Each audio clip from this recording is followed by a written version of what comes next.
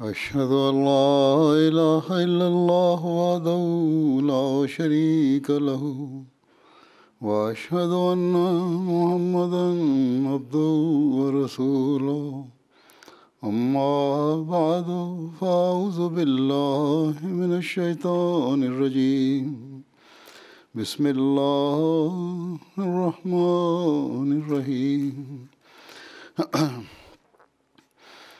आजकल जो वबा फैली हुई है वायरस की En raison de la pandémie qui sévit ces jours-ci, l'État a imposé certaines restrictions. Nombre d'États dans le monde l'ont fait et l'État britannique en a fait de même. Parmi ces restrictions, il y a le fait qu'on ne pourra pas accomplir la prière en congrégation à la mosquée, où il ne doit pas y avoir plus de 2 ou 3 individus qui puissent accomplir la prière en congrégation. Et d'ailleurs, ces personnes doivent faire partie du même foyer. La loi n'est pas claire jusqu'à présent et chacun est en train d'interpréter la loi à sa manière. Comme je l'ai dit, d'aucuns affirment que seuls des proches peuvent venir prier en congrégation. D'aucuns y incluent des amis ou d'autres personnes habitant sous le même toit.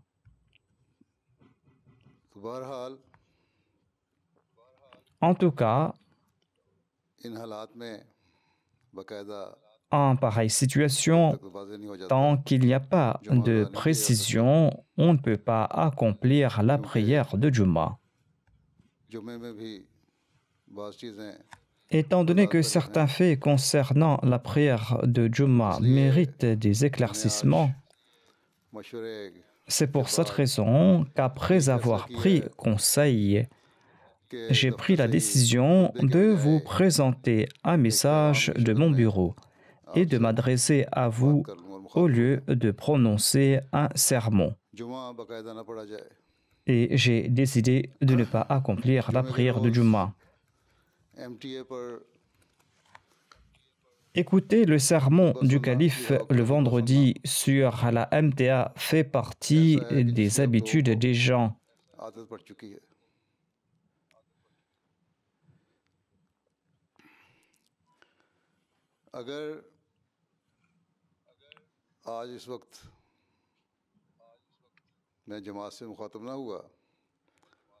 Si aujourd'hui je ne m'adressais pas à la Jamaat, eh bien, certains seraient en proie au désespoir et d'autres allaient en tirer leur propre déduction.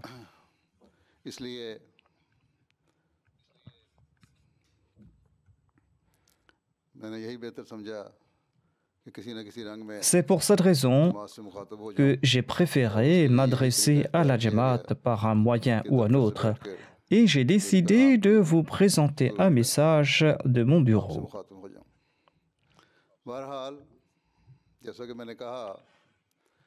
En tout cas, tout comme je l'ai dit, nous n'allons pas accomplir la prière de Juma aujourd'hui et on vous informera sur la méthode à suivre à l'avenir.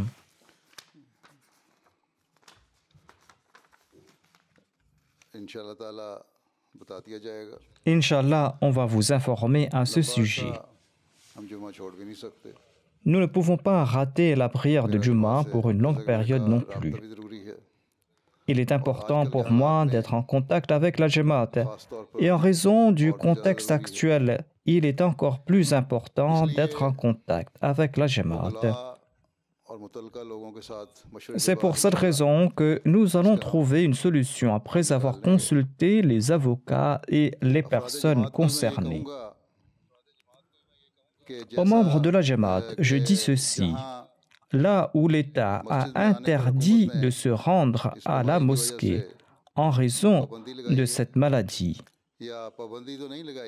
Et même si l'État ne l'a pas interdit, à titre d'exemple, ici au Royaume-Uni, l'État dit qu'on peut venir prier individuellement à la mosquée ou avec quelques membres de la même famille. Cependant, il faudra maintenir les distances prescrites par l'État.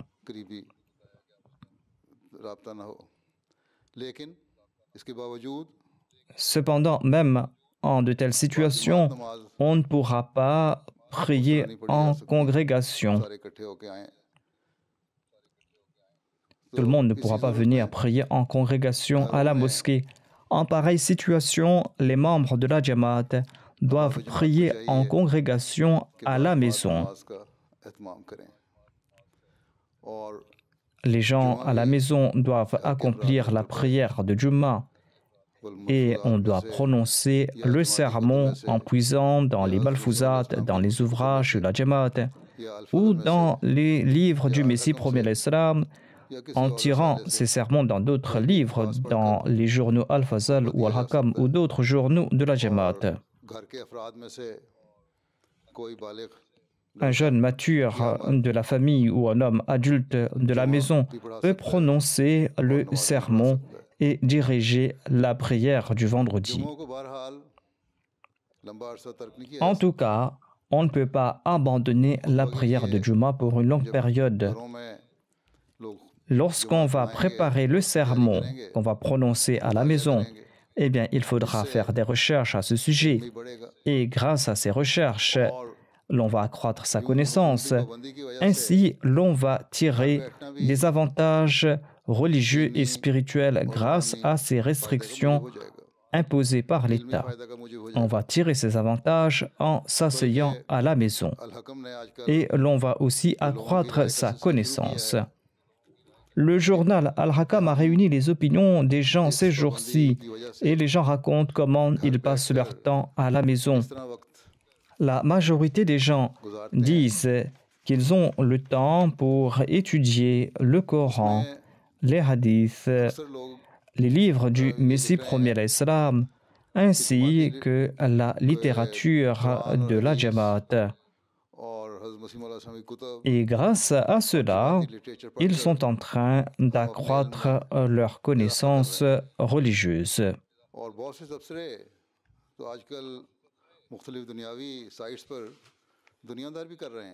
Et les gens de ce monde sont aussi en train de commenter sur d'autres sites web.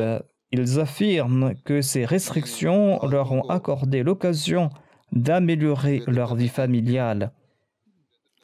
Et ils ont retrouvé leur vie familiale grâce à ces restrictions.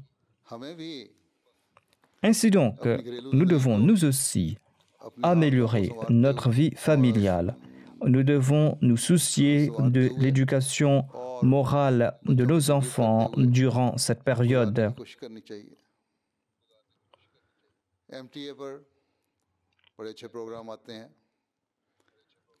La MTA diffuse de très bonnes émissions. Passez quelque temps pour suivre ces émissions tous ensemble.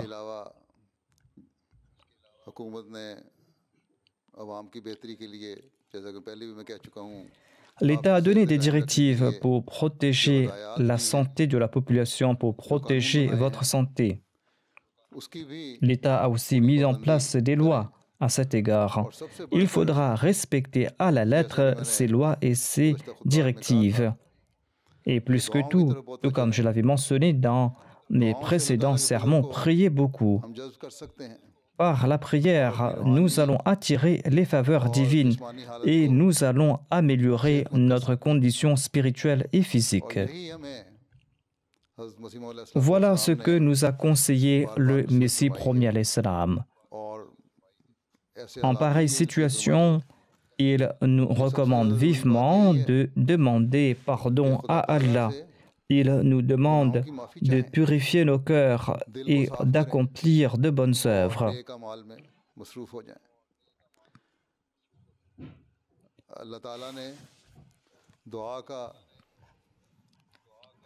La prière est une arme très efficace que Dieu nous a offerte. Ainsi donc, nous devons y avoir recours afin de mériter la protection de Dieu. Nous devons nous consacrer à la prière.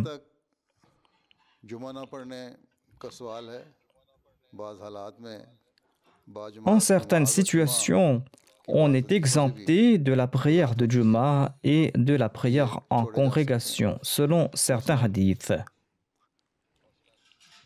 À titre d'exemple, dans un hadith cité dans le recueil d'Al-Bukhari, il est dit qu'Ibn Abbas avait dit à son muezzin un jour de pluie que, après avoir récité Ashhadu an la ilaha illallah et Ashhadu anna Muhammad Rasulullah, eh bien, ne récite pas Hayya ala Salah, mais annonce Sallu fi buyutikum, c'est-à-dire priez dans vos maisons. C'était quelque chose de nouveau pour certains, et ils étaient étonnés de cela. Sur ce, Ibn Abbas a expliqué que le saint prophète Mohammed, lui, qui était meilleur que lui, avait fait la même chose. Il a déclaré, certes, la prière de Juma est obligatoire, mais je ne souhaite pas vous mettre en difficulté et vous contraindre à marcher dans la boue et sur un terrain glissant.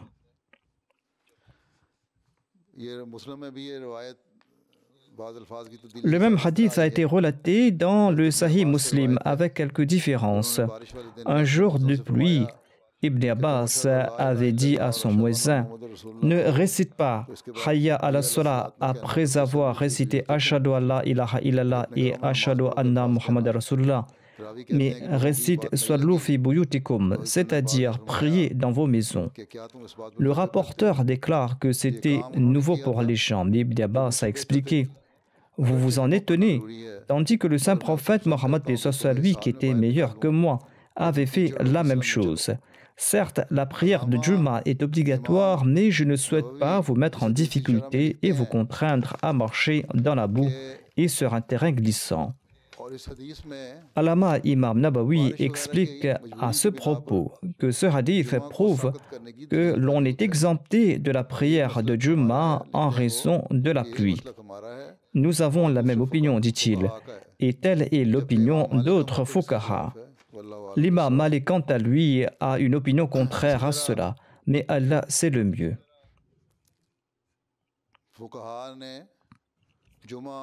De même, les fuqaha ont inclus d'autres maladies dans la liste des raisons pour ne pas accomplir la prière de Juma ou les prières en congrégation à la mosquée.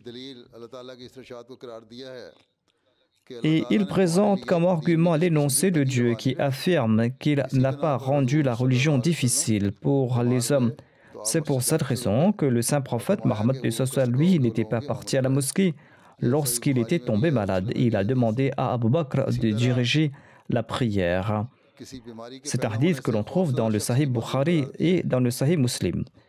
Et la personne effrayée par une maladie est aussi exemptée de la prière. Et comme argument, l'on trouve le récit d'Ibn Abbas, dans lequel le saint prophète Mohammed lui affirme que la peur est la maladie exempte de la prière. C'est un hadith que l'on trouve dans le Sunan d'Abi Daoud.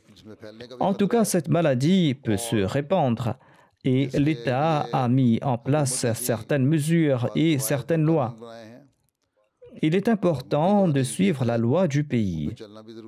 En pareille situation, l'on ne peut pas se réunir à un endroit, on ne peut pas accomplir la prière en congrégation ou accomplir la prière de Jumma.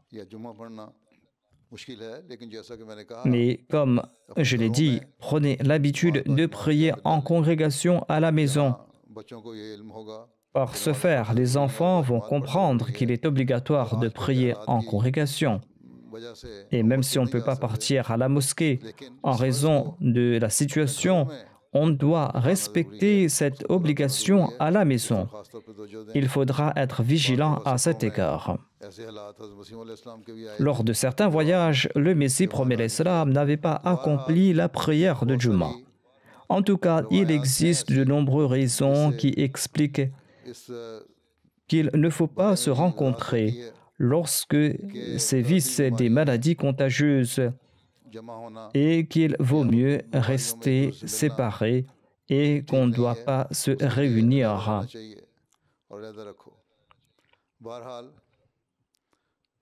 Mais comme je l'ai dit, nous ne sommes pas en train d'abandonner la prière de Juma en permanence. Nous allons prendre des mesures alternatives. Il y a le fait de prier à la maison. Moi aussi, je vais prendre des mesures alternatives.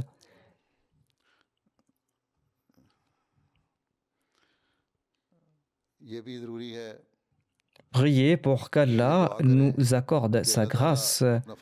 Comme je l'ai dit, prier pour qu'Allah débarrasse le monde de cette épidémie. Prier pour que le monde puisse respecter les exigences de l'humanité et que tout le monde puisse reconnaître Dieu.